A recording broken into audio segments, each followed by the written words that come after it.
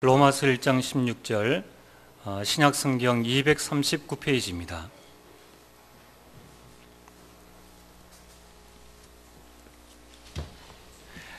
신약성경 239페이지 로마서 1장 16절 한 절 말씀을 다 같이 읽겠습니다. 내가 복음을 부끄러워하지 아니하노니 이 복음은 모든 믿는 자에게 구원을 주시는 하나님의 능력이 됨이라. 먼저는 유대인에게요 그리고 헬라인에게로다. 아멘.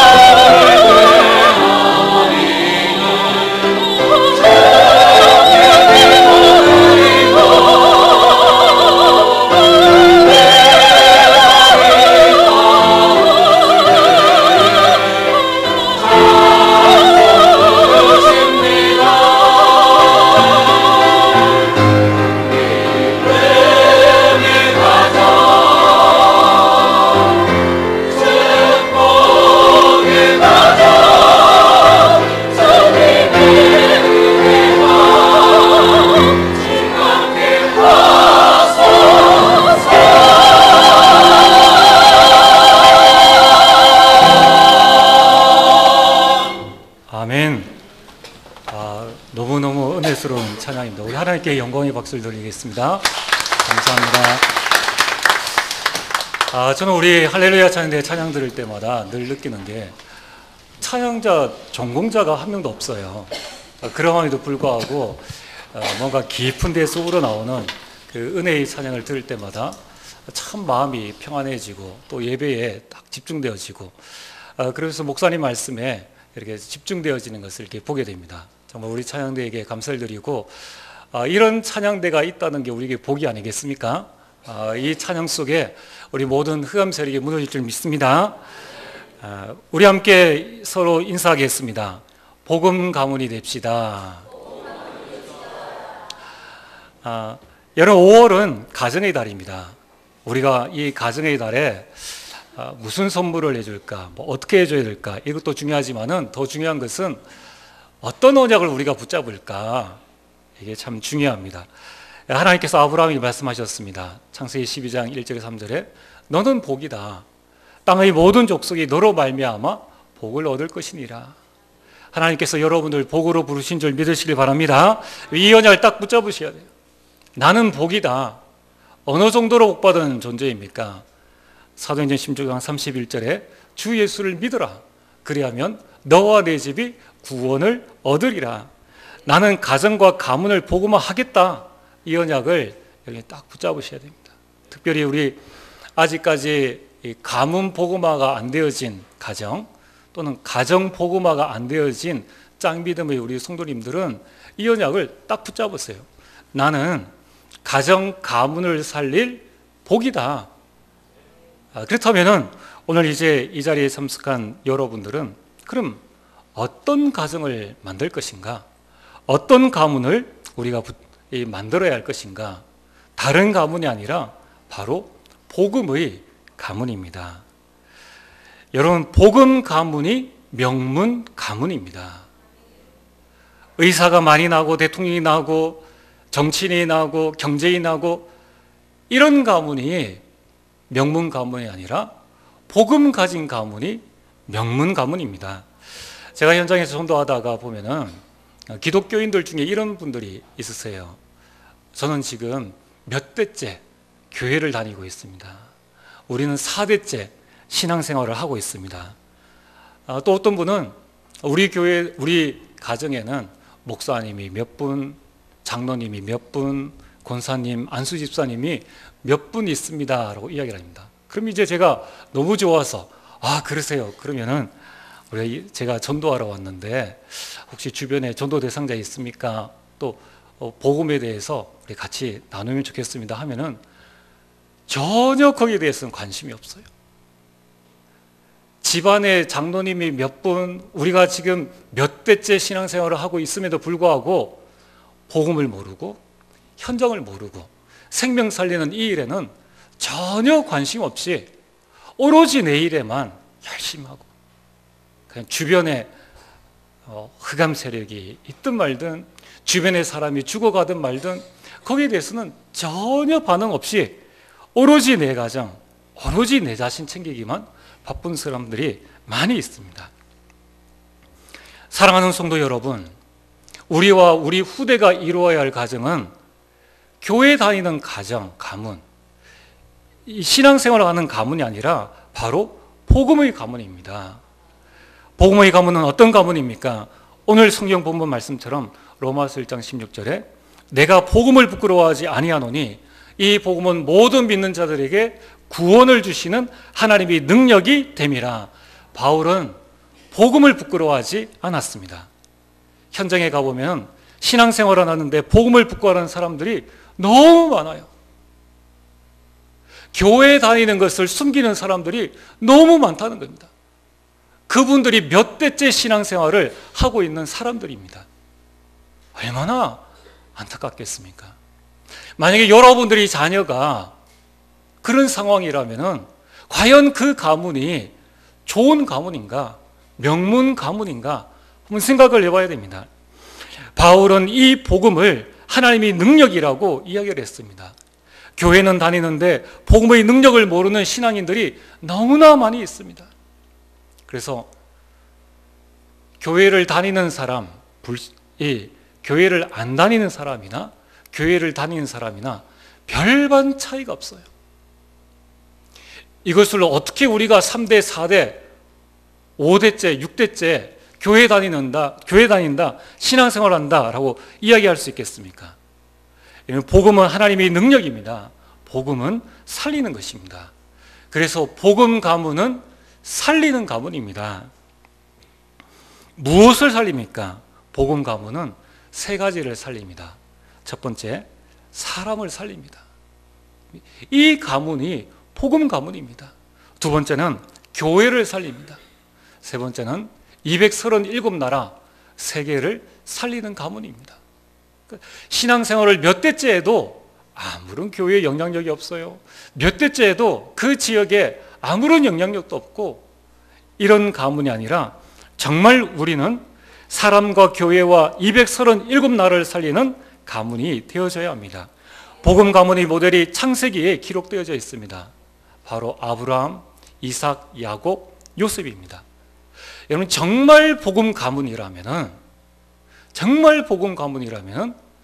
복음의 사대에 또는 그 후대에 세계를 복음화할 수 있는 이런 요셉과 같은 인물들이 일어날 줄 믿습니다.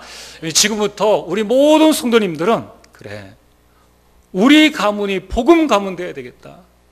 우리 자녀에게 남겨줄 것은 다른 것이 아니라 오직 복음이다.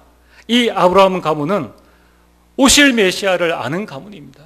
이 가문은 그리스도를 아는 가문이요, 임마누엘을 누리는 가문입니다. 그래서 아브라함, 이삭, 야곱, 요셉을 보면은 그들은 만나는 모든 사람을 살리고 강대국 애굽을 살렸습니다. 그리고 온 세상에 여호와 하나님이 진정한 하나님임을 나타냈습니다. 이것이 성경에서 말하는 복음의 명문 가문입니다. 오늘 여러분의 가문이 복음의 가문 되어지길 주님을 축복합니다. 여러분 가문이 만나는 모든 사람을 살리고 교회를 살리고 237나라 세상을 살리는 가문 되어지길 주의 이름으로 기도합니다. 자, 그러면은 어떻게 하면 우리가 복음 가문을 만들 수 있겠습니까?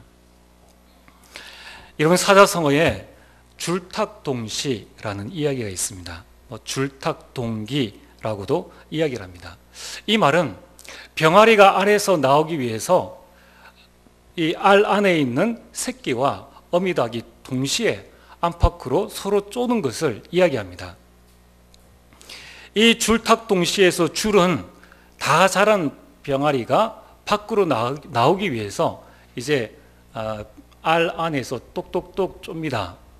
그럼 이제 이 탁이란 말은 무슨 말인가 하면은 어미닭이 그 새끼 병아리의 그 소리를 듣고 밖에서 똑똑똑 쪼는 것을 이야기합니다.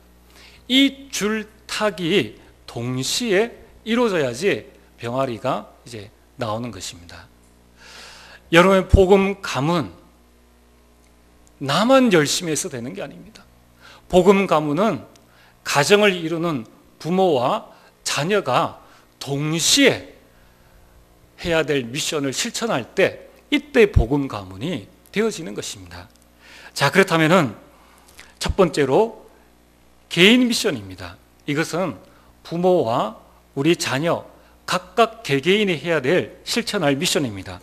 무엇을 실천해야 됩니까? 첫 번째, 하나님이 만드신 나를 발견해야 됩니다. 이것을 보고 영적 서밋이라고 이야기를 합니다. 우리는 부모 이전에 내가 누구인가를 알아야 합니다. 내가 자녀 이전에 내가 누구인가를 알아야 합니다. 창세기 1장 27절에 하나님께서 하나님의 형상대로 나를 만드시고 28절에 복을 주셨습니다. 예레미야 1장 5절에 내가 너를 모태에서 짓기 전에 너를 알았고, 하나님께서 나를 만드시고 하나님이 나의 아버지라는 것입니다. 여러분, 나는 누구입니까? 하나님이 만드신 나를 제일 먼저 알아야 합니다. 그런데 인간이 사단에게 속아 죄를 짓고 하나님을 떠나게 되었습니다. 하나님께서 인간을 구원하시려고 그리스도를 보내주셨습니다. 고린도후서 5장 17절에 그런즉 누구든지 그리스도 예수 안에 있으면 새로운 피조물이라.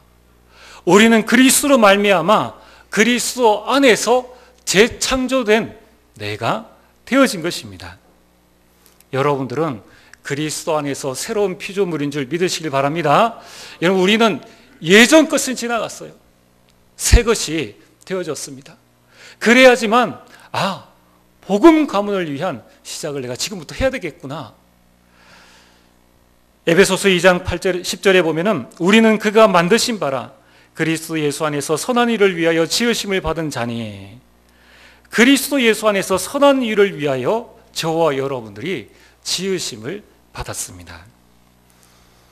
베드로전서 2장 9절에는 그러나 너희는 택하신 족속이요 왕같은 제사장들이요 거룩한 나라요 그의 소유가 된 백성이니 이는 너희를 어두운 데서 불러내어 그의 귀한 빛에 들어가게 하신 이의 아름다운 덕을 선포하라는 새로운 사명을 하나님께서 우리에게 주셨습니다.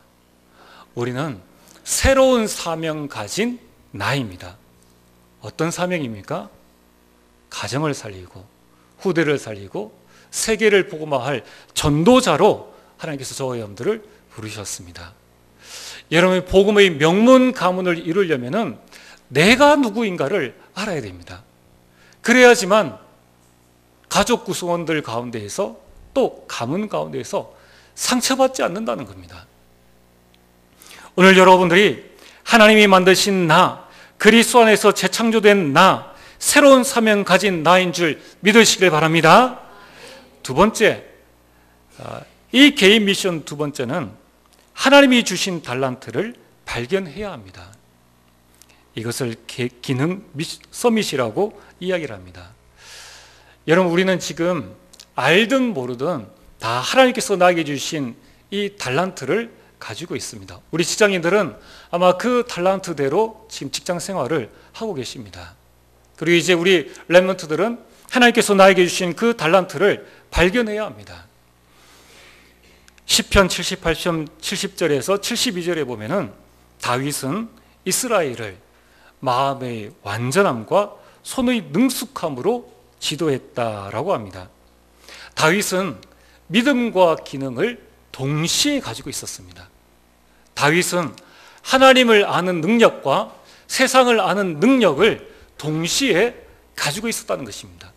한마디로 얘기해서 다윗에게는 복음과 실력이 똑같았다는 겁니다.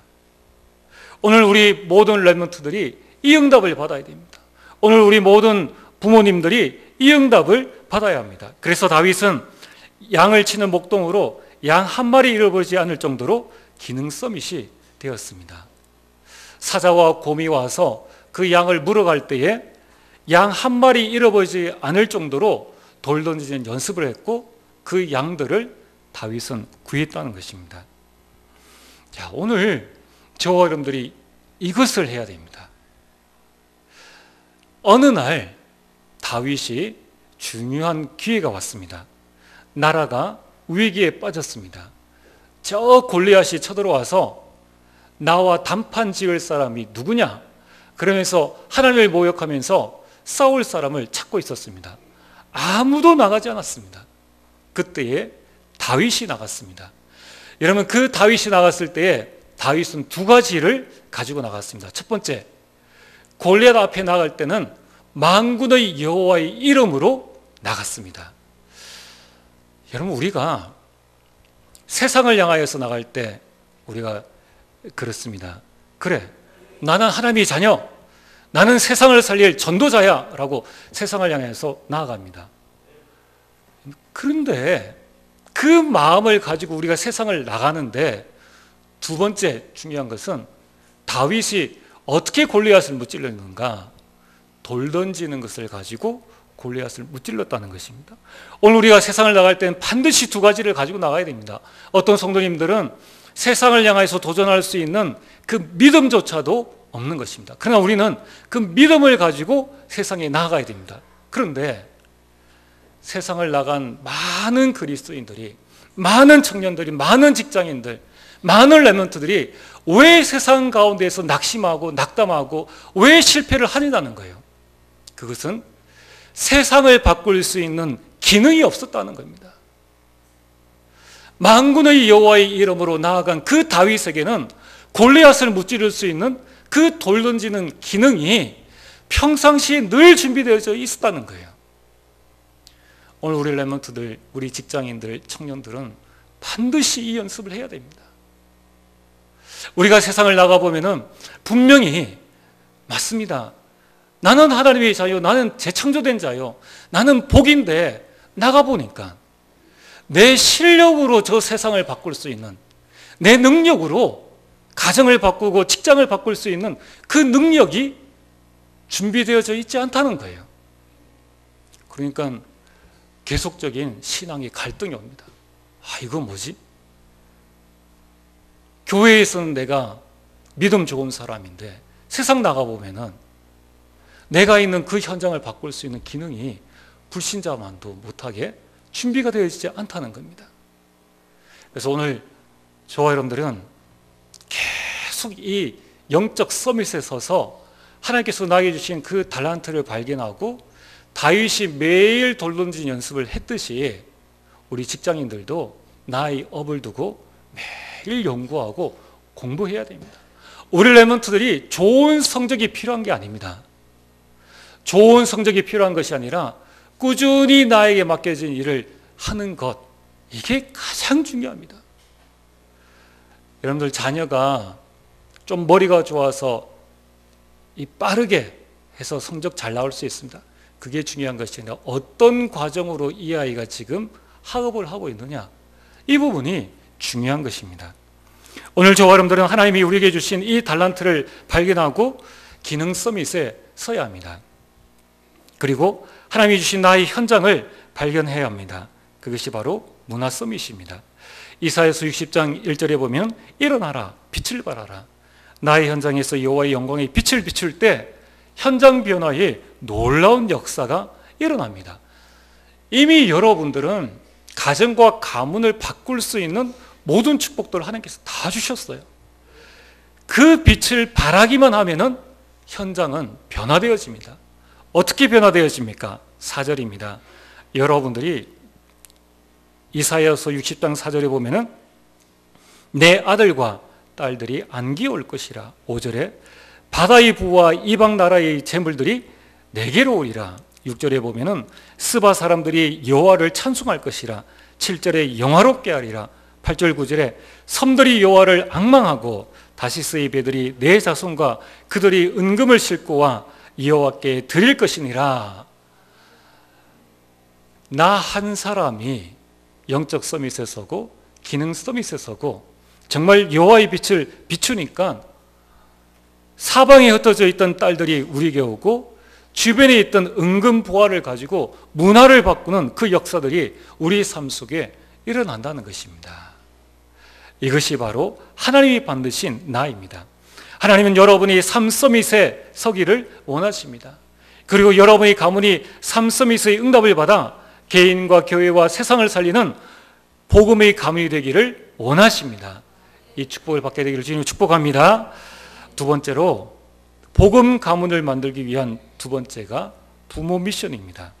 부모가 실천할 미션입니다. 신명기 6장 4절에서 9절에 오늘 내가 내게 명하는 이 말씀을 너는 마음에 새기고 내 자녀에게 부지런히 가르치며. 언약 전달입니다. 부모가 해야 할 최고의 사명은 자녀에게 언약을 정확하고 분명하게 전달하는 것입니다. 여러분들, 이것만큼 중요한 것은 없습니다. 부모가 해야 될 최고의 미션은 무엇인가? 자녀에게 언약을 전달하는 것입니다. 이 언약 전달은 말로 가르치는 것이 아니라 보여주는 것입니다. 세상에서 제일 불쌍한 사람은 못 배운 사람이 아닙니다. 못 본 사람입니다. 배운 것은 많은데 본 게 없어서 어떻게 해야 될지 모르는 사람들이 많이 있습니다. 그러나 못 배워도 본 게 있는 사람은 그대로 따라가게 됩니다. 오늘 정말 우리 부모가 자녀에게 언약을 어떻게 전달할 것인가? 성경 공부하듯이 야, 일로 와봐. 언약이 뭔 줄 알아? 복음이 뭔 줄 알아? 이렇게 해서 언약 전달을 하는 게 아닙니다. 나와 함께 하셨던 하나님을 언약과 함께 자녀에게 보여주는 것입니다. 지금까지 가정의 어려움을 이기게 하신 그 언약을 실제 삶 속에서 말씀과 기도와 찬송과 예배를 통하여서 자녀에게 전달하는 것입니다. 여러분, 실제 삶 속에서 전달되어지고 실제 삶 속에서 부모님이 저 어려울 때 저렇게 어려움을 말씀 붙잡고 승리하셨구나. 이것이 100마디 1000마디 말보다 훨씬 더 자녀에게 깊게 각인이 되어지는 것입니다. 그러므로 여러분들의 예배생활, 여러분들의 신앙생활, 여러분들이 전도하고 선교하고 교회를 섬기는 이 모든 삶들이 자녀에게는 모델이요, 자녀들이 따라갈 길임을 여러분이 반드시 알아야 됩니다. 여러분의 신앙생활 그대로 자녀들이 따라간다고 보시면 됩니다. 그래서 하나님께서 요단강을 건넌 이스라엘 민족에게 말씀하셨습니다. 12도를 취해라. 후손들에게 기념이 되도록 기념비를 쌓아라. 후손들이 보고 알도록 하라. 오늘 우리 여러분들이, 우리 부모님들이 자녀에게 남겨줄 기념비가 있습니까? 자녀들이 어려울 때 그 어려움이 돈으로 해결되어집니까? 자녀들이 어려움을 당하고 영적 문제를 겪을 때에 무엇으로 그 영적 문제를 해결할 수 있겠느냐는 거예요. 유산으로 되어집니까? 좋은 집으로 되어집니까? 그 자녀를 잘 교육시켰다고 그 교육으로 영적 문제, 이 땅에 오는 어려움을 이길 수 있겠습니까? 아니라는 것입니다. 지금부터 우리 모든 부모님들은 우리 자녀가 보고 영적 상태가 바뀌어질 만큼 어머니가 읽으시든 부모님이 읽으시는 그 성경책을 바라보며, 그래, 나도 이렇게 신앙생활 해야지. 부모님이 어려울 때 새벽 기도에 가셨는데 나도 기도해야지. 철학 기도하셨는데 나도 기도해야지. 어려움을 당할 때에 우리 렘넌트들이 터닝 포인트가 되어줄 수 있는 무언가의 기념비를 남겨줘야 한다는 것입니다. 부모가 실천할 미션 두 번째는 자녀를 위한 기도 배경이 되어져야 합니다. 여러분, 우리 자녀들은 여러분만큼 인생을 못 살았지 않습니까? 그러니까 매일매일이 불안입니다. 그러나 우리 부모님들은 이미 자녀의 모든 삶을 다 살았습니다. 이 자녀가 지금 무슨 생각을 하고 있고 어떤 행동을 할 거다 거의 알고 있습니다. 그래서 여러분들이 자녀를 위해서 이런저런 말보다는 그런 말은 도움이 될 때도 있지만 도움 안 될 경우가 훨씬 많습니다. 그러나 여러분이 자녀를 위해서 뿌린 이 기도의 씨앗은 반드시 열매 맺을 줄 믿습니다. 여러분들이 하나님의 자녀라면 기도에 대한 확신 가지셔도 됩니다. 훌륭한 신앙인 뒤에는 반드시 누군가의 기도가 있었습니다. 디모데후서 1장 3절에 내가 밤낮 간구하는 가운데 쉬지 않고 바울이 디모데를 위해서 기도했습니다. 여러분들은 밤낮 쉬지 않고 자녀들에게 무슨 이야기를 합니까? TV 좀 그만 봐라, 공부 좀 해라, 청소 좀 해라. 그거를 이제 여러분들이 진짜 언약 붙잡고 자녀를 위한 기도 배경으로, 기도문으로 바꾸시게 되길 바랍니다. 위대한 지도자 모세에게는 요게벳의 기도가 있었습니다. 사무엘에게는 한나의 기도가 있었습니다. 누가복음 23장 28절에 예수님께서 십자가를 지고 가실 때에 따라오는 저 여자들을 향하여서 말씀하셨습니다. 예루살렘의 딸들아, 나를 위하여 울지 말고 너희와 너희 자녀를 위하여 울라. 여러분, 자녀가 속썩여서 그 속상함 때문에 눈물이 납니까? 여러분, 이제 기도의 눈물로 바꾸게 되길 주님은 축복합니다. 여러분에게 큰 어려움이 있습니까? 자녀 문제로, 가정 문제로 힘이 듭니까? 예레미야 33장 2, 3절에 너는 내게 부르짖으라. 내가 알지 못하는 크고 은밀한 일을 내게 보이리라. 여러분, 이런 찬양이 있습니다. 기도할 수 있는데 왜 걱정하십니까? 기도할 수 있는데 왜 염려하십니까? 왜 실망하십니까? 기도하면서 왜 방황하십니까? 주님 앞에 무릎 꿇고 간구해 보세요. 사랑하는 성도 여러분, 자녀를 위해 기도하는 부모가 되어지길 바랍니다. 손주를 위해 기도하는 조부모가 되어지기를 주 이름으로 축복합니다. 오늘부터 내가 어느 만큼 자녀를 위해서 기도의 무릎을 꿇고 있습니까? 자녀를 위해 어느 만큼 내가 기도의 시간을 가지고 있습니까? 바울은 영적으로 낳은 그 아들 디모데를 향해서 밤낮 간구하는 가운데 쉬지 않고 너를 생각하며 기도했다고 말씀하고 있습니다. 기도의 자녀는 절대 망하지 않습니다. 부모가 실천할 세 번째 미션은 가정, 가문의 잘못된 영적 대물림을 끊는 것입니다. 우리는 모두 다 창세기 3장에서 출생했습니다. 그래서 누구든 가정, 가문에 잘못된 각인 뿌리 체질이 있습니다. 중요한 것은 사탄은 언제나 이 잘못된 각인 뿌리 체질을 건드리면서 영적 문제를 일으킨다는 거예요. 여러분의 가정 문제는 무엇 때문입니까?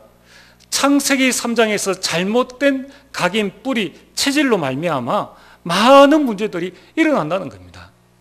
그걸 보고 영적 대물림이라고 이야기를 합니다. 부모는 창세기 3장에서 시작되어진 이 가문의 영적 대물림을 끊어야 합니다.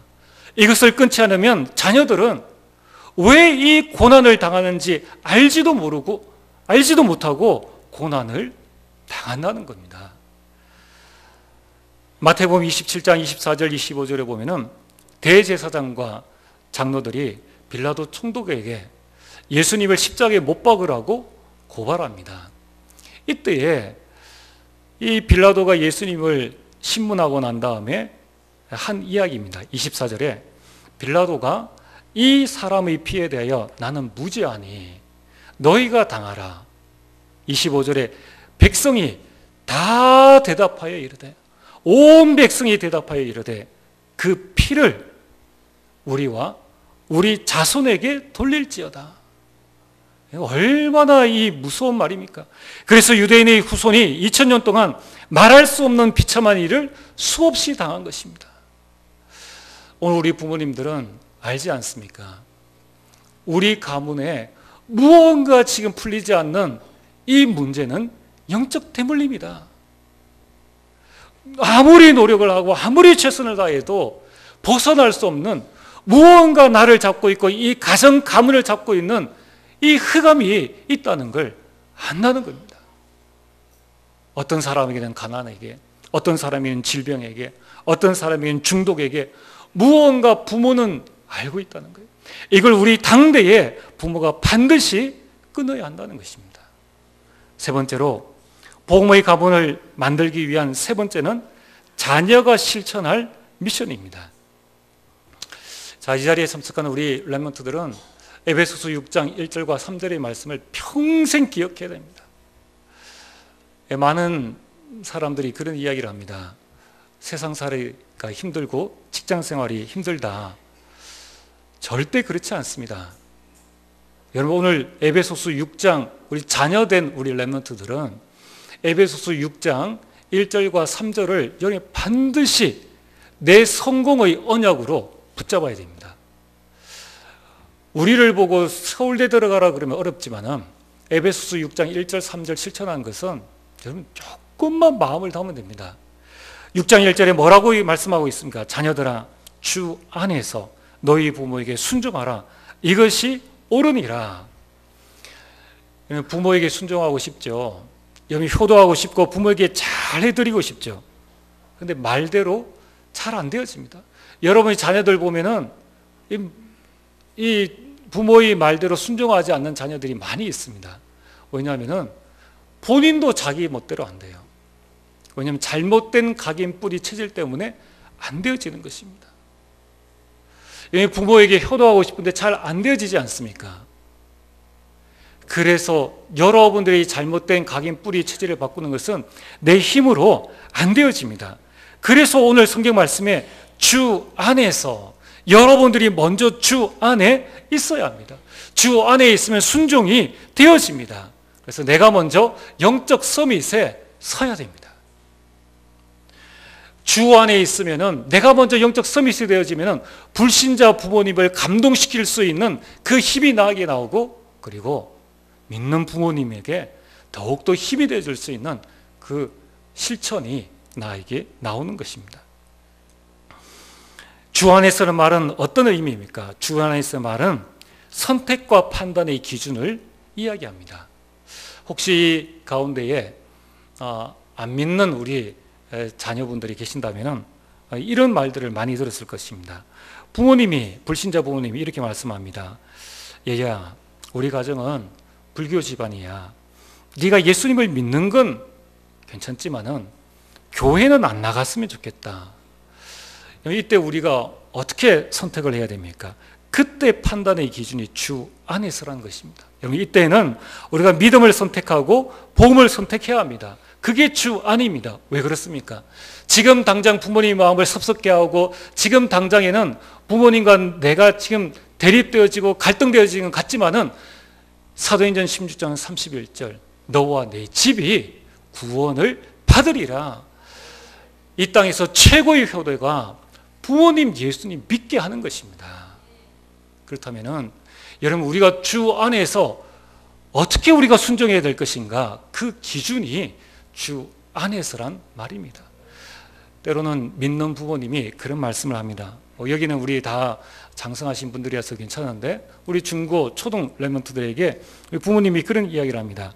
예배 참석해라, 예배 성공해라, 오후 예배 승리해라, 기도 수업해라, 3오늘 좀 해라, 신학원 좀 가라.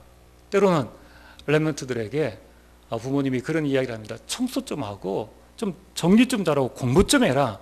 그러면 아이들은 거의 대부분 그 말을 싫어합니다. 그렇죠? 이러한 부모님 요구가 싫다는 거예요. 그때 기준이 뭡니까? 내가 싫다고 해서 부모의 말이 싫어, 이 부분이 아니라 주 안에서라는 겁니다. 부모님께 순종한 것이 옳은 일이고 하나님의 명령이니까 나를 버리고 부모님의 말씀에 내가 순종해야 되겠다. 지금부터 이 주 안에서란 말을 우리가 반드시 잘 붙잡아야 됩니다.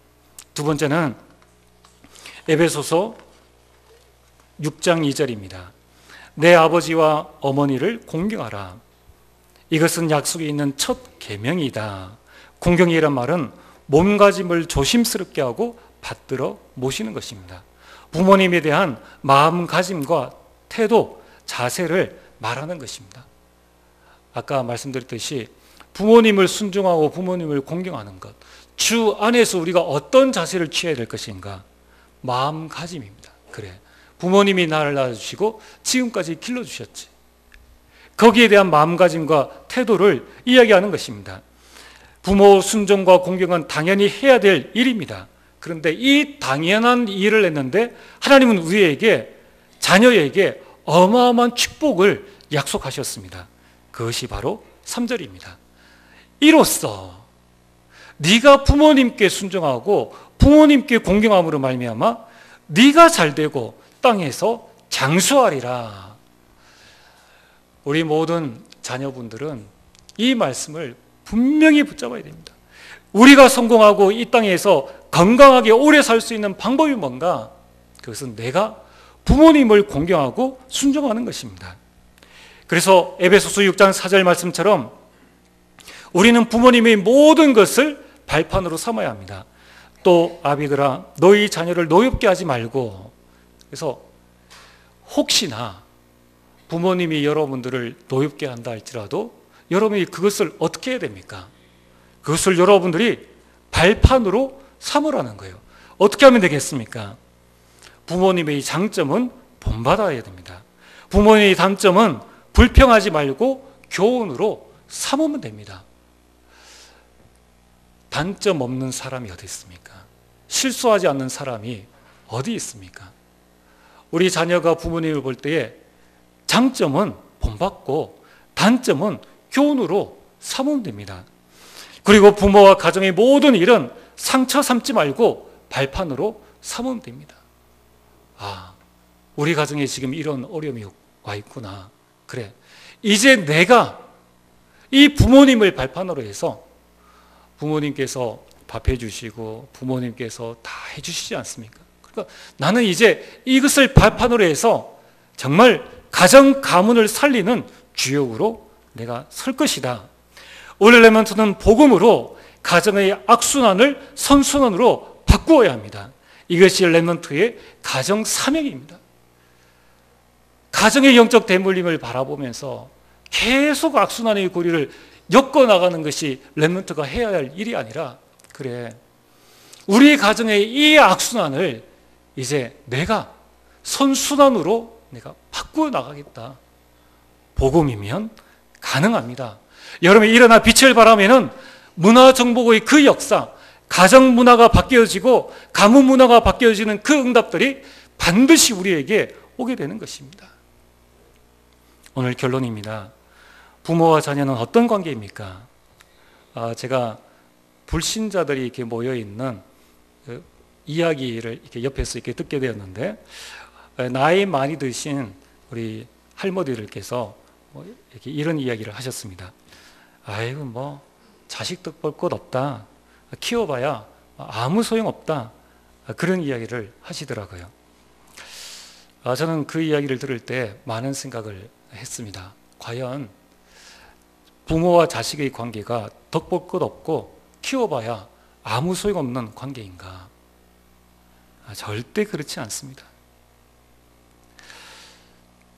부모가 자식에게 이렇게 이야기를 합니다. 어휴, 어떻게 하다가 저런 게 태어나가지고 한 번씩은 다 그런 이야기를 하지 않습니까? 그럼 이제 아이들은 그렇게 이야기를 합니다. 그 낳칠 말지. 그러게요. 우리의 관계는 그런 관계가 아닙니다. 하나님께서 우리를 창조하시고 부모를 통해 이 땅에 부모 없이 이 땅에 태어나신 분들 계십니까? 우리 장로님들, 권사님들도 다 부모를 통하여서 이 땅에 태어나셨다는 것입니다. 그리고 부모가 부모님께서 자라게 하셨습니다. 그래서 우리가 왜 저런 게 태어나가지고 낳지를 말지 따지려면은 하나님께 따져야 됩니다. 여러분, 오늘부터 부모에게 던진 질문을 하나님께 한번 던져보세요. 하나님, 왜 저런 부모를 주셨고 왜 이런 가정을 주셨습니까? 여러분, 자녀에게 던질 질문을 하나님께 한번 던져보세요. 하나님, 왜 우리에게 저런 아이를 주셨습니까? 아마 하나님께서 여러분들에게 큰 답을 주실 것입니다. 자, 부모와 자녀의 관계는 어떤 관계일까요?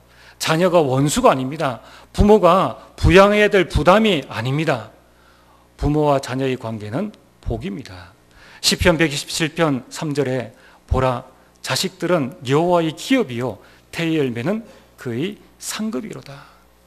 기업이란 말은 선물, 유산이라는 뜻입니다. 상급이란 말은 보상, 상, 대가란 말입니다.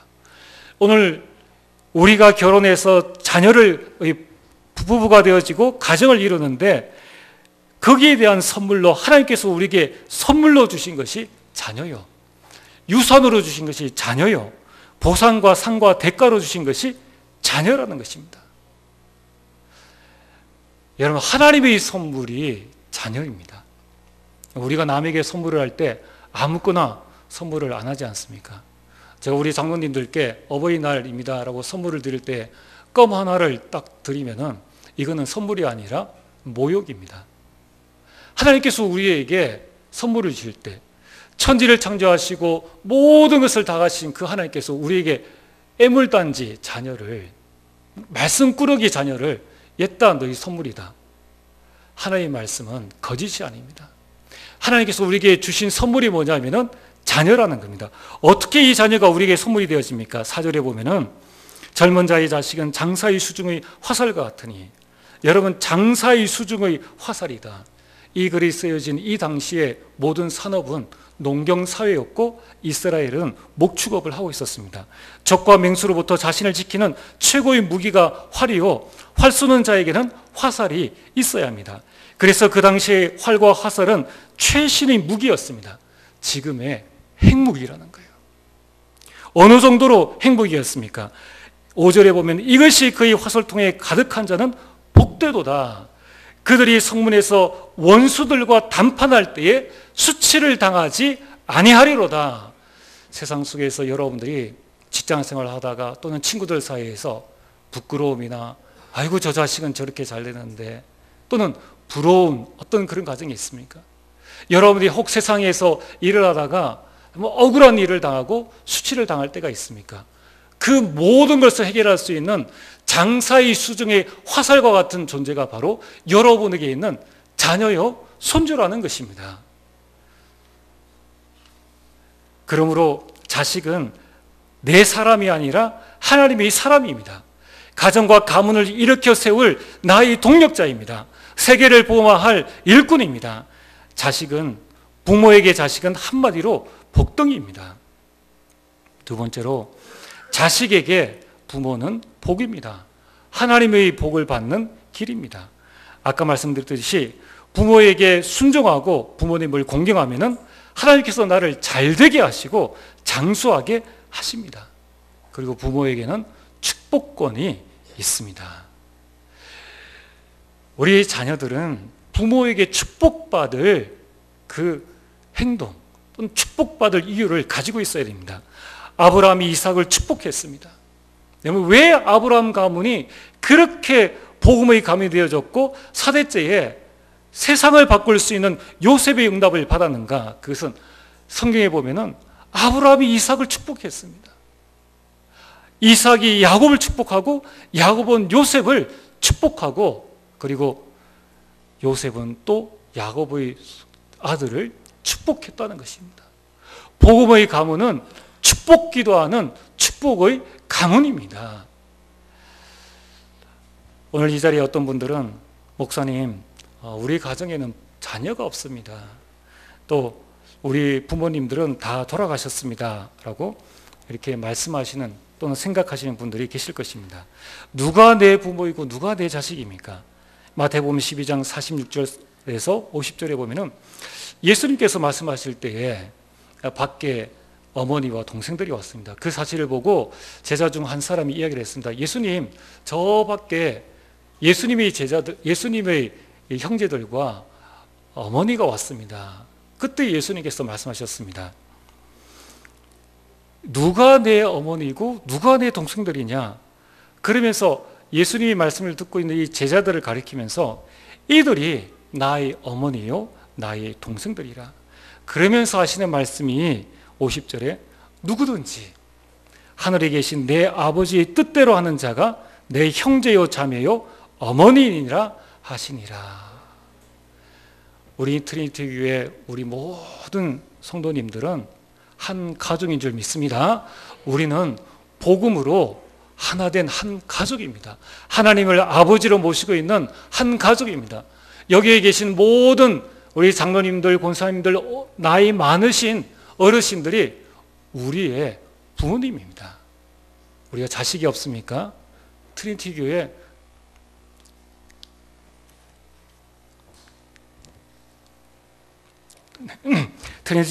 우리 모든 렘넌트들이 다 내 자식입니다.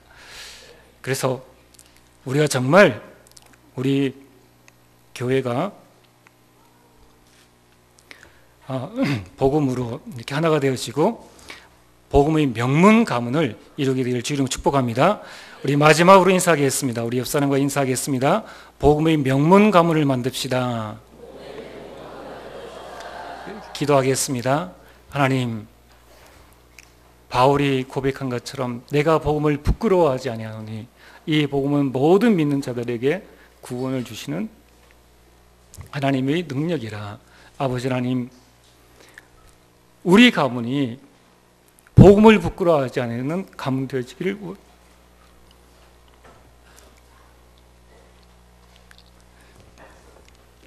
그런 가문이 되게 하여 주시옵소서. 하나님의 능력을 아는 가문이 되어지게 하여 주옵소서.